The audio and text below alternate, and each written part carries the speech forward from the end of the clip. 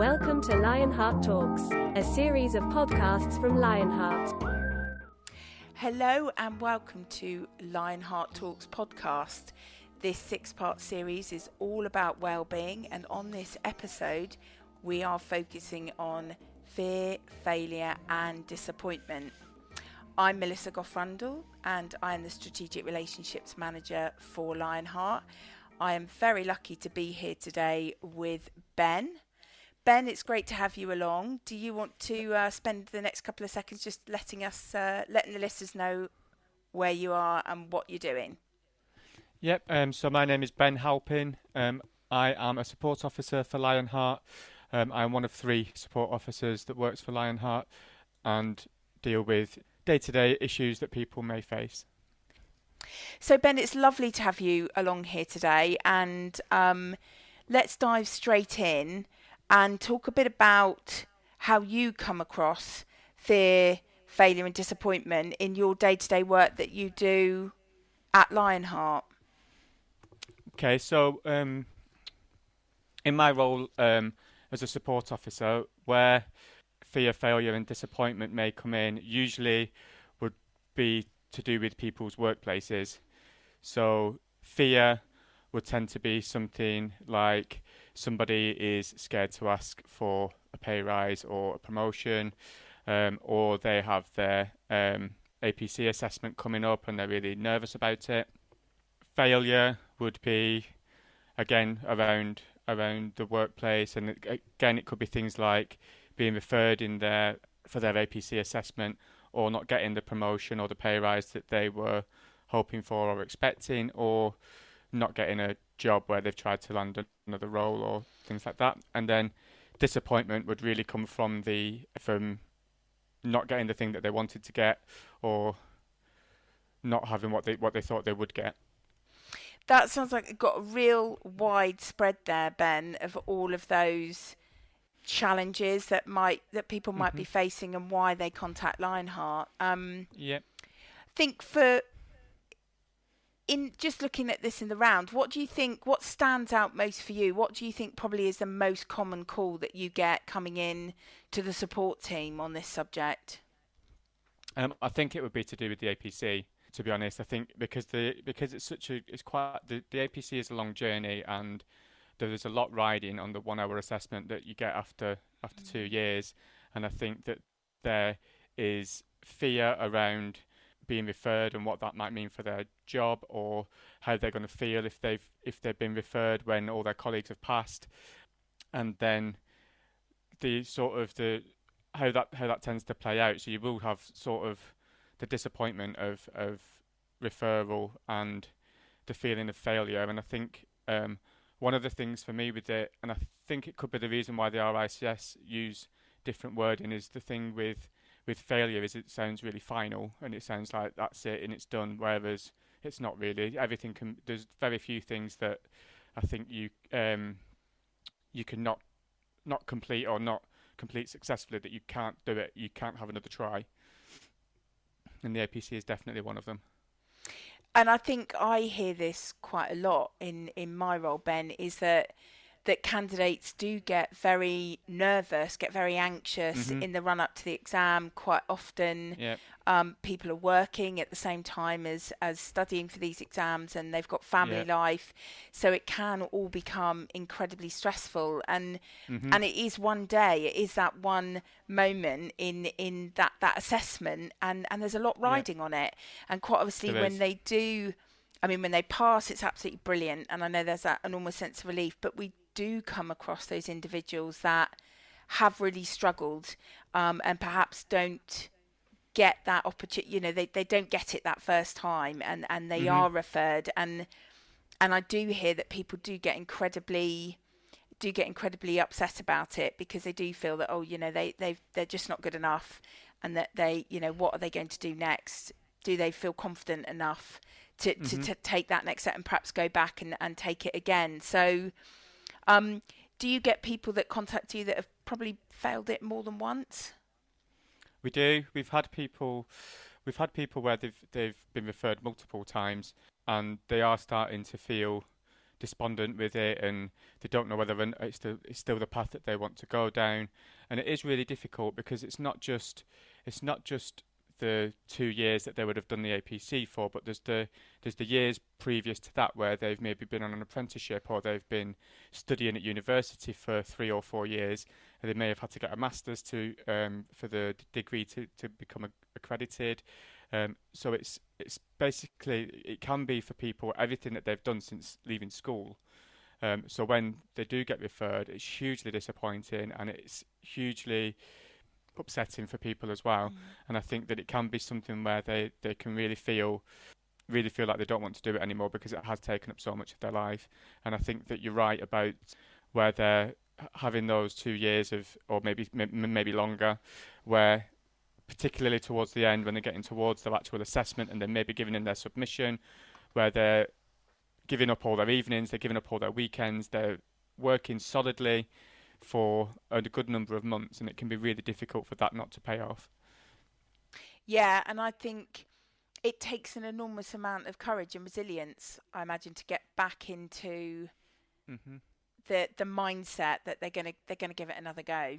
And we've heard from one of our ambassadors how he had numerous attempts at it, and probably had got to the stage where he did want to give up, and he was looking at other career paths. So he showed enormous courage and resilience to get on and do it at another time, and it was at that point that he found LionHeart, which was brilliant, because we were able to help him with his mindset. We were able to help him with his resilience in getting back on and doing it again. And he was finally successful. And I know in particular that individual is incredibly found it incredibly beneficial to get that help from LionHeart. So there are lots of practical ways that we can help. In terms of what we could be looking at, what would you suggest, maybe, if you had an APC candidate that contacted you and said that they had been referred, they were really struggling to get their head around that next attempt. What do you think, Ben, would be the first kind of things that you would say to them to maybe explore how they could resit the exam? So for me, the start would be where they think it's gone wrong.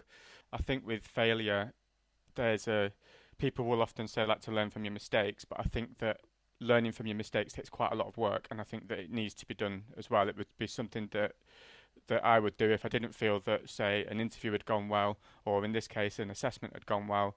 Coming out of that interview, I would be looking at all the areas that I don't think I've excelled in, and I would look at what I'd need to do to change all those things, and I would do it quite sort of I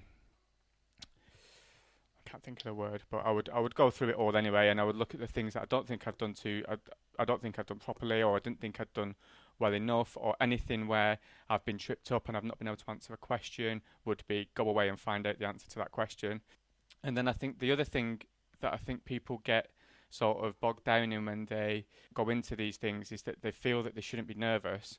So there's quite often where you will start something like this and you'll even be told by assessors maybe like, don't be nervous, it's just if this is just you talking about your experiences. But nerves aren't something that you choose. It doesn't happen that you are fearful or you become nervous because that's what you've decided to do that day. It's a natural thing, and it's about the situation that you're in. So I think people should forgive themselves for being fearful or nervous in assessments, and just try and make sure that they can deal with them, or try and make sure that it's not going to affect their performance during that assessment too much. Other than that, I think it's absolutely okay to be nervous and get as much practice in as possible, and hopefully with people that you don't know, and you can ask at the end if you've come across as nervous. And I know for a lot of the people where we've run APC practice presentations, and they've told me that they were nervous, the reality of it, as in 99% of cases, has been you wouldn't have known that they were nervous at all. So what they're feeling inside isn't being projected across during that presentation. Yeah, and I certainly have. I know when I've been nervous, people say to you, that shows you care, and I think that's very true. I think if someone said to me they weren't nervous in that situation, I'd probably be a bit worried that they hadn't necessarily covered all bases. But yes, you can, and you mentioned it there, Ben, contact LionHeart to arrange a practice session of your APC presentation. So please do get in contact with us. There'll be plenty of information in the show notes, and I'll mention this again at the end, how you can get in contact with us.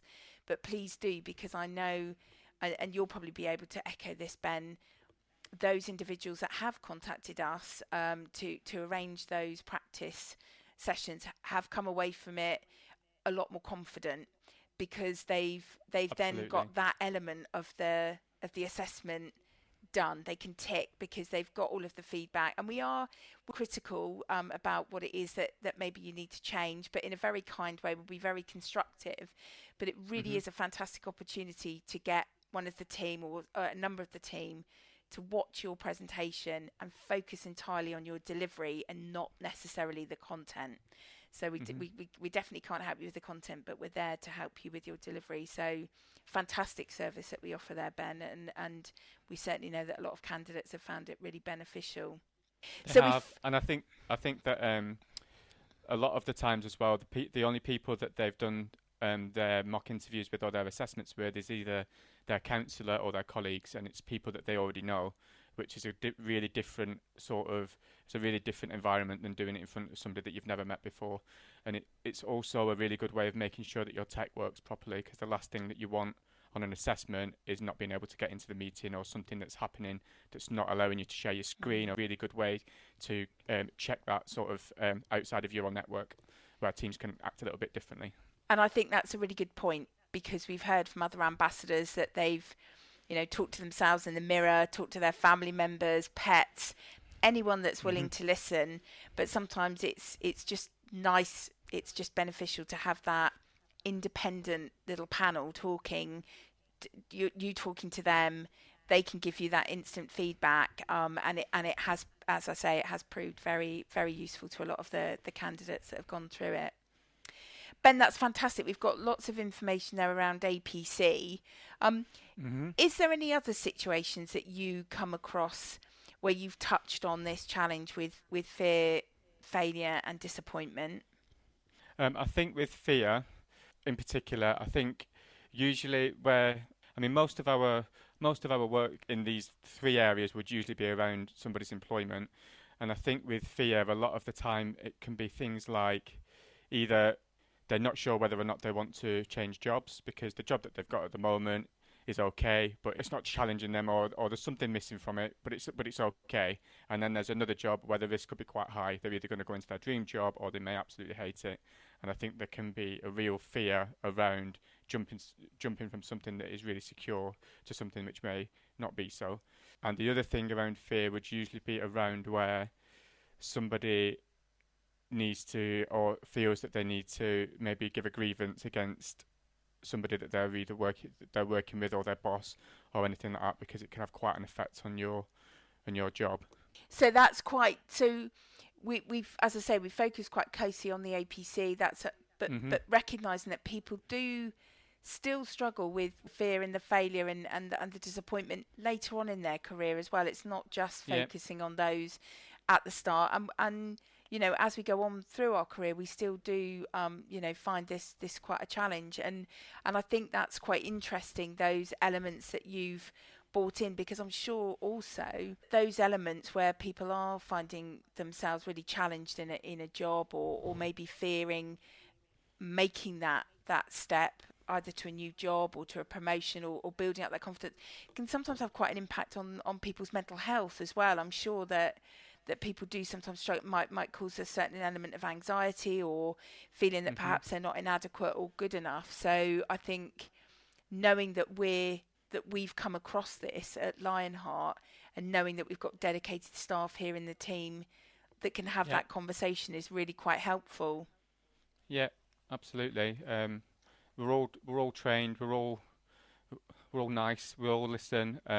Anybody that comes through to us with anything like this, they may not think that what they're going through is important enough to contact LionHeart, But if it's something that's having an effect on your mental health in any way at all, it's definitely something that we want to try and help you with if we can. So yeah, do come to us where there has been a disappointment, or something that you need to do is frightening you, or you've not got the result that you wanted to in anything that you've done within either your workplace or not. Doesn't have to be the workplace either. That's really helpful, Ben. Thank you for that. So, Ben, thank you very much for your time today. It's been really interesting talking to you about this, and I'm hoping that everyone that's listening's managed to take something away from that today. And I'd like to say thank you to you, the listeners, for listening to this first series of LionHeart Talks podcasts. If you are affected by any of the subject matters that we've covered here today, please do get in contact with one of our teams. All of the contact information is on our website at lionheart.org.uk. And please, if you've liked this, please subscribe to the series and help us by leaving a review. So Ben, thank you very much for today, and we hope to hear from you guys again soon. Take care. Bye-bye. Thanks so much for joining us on LionHeart Talks, and we hope you've enjoyed the episode. Subscribe now on your favorite podcast platform to hear from us again, and don't forget you can find out more about how we're helping surveyors and their families on our website, lionheart.org.uk.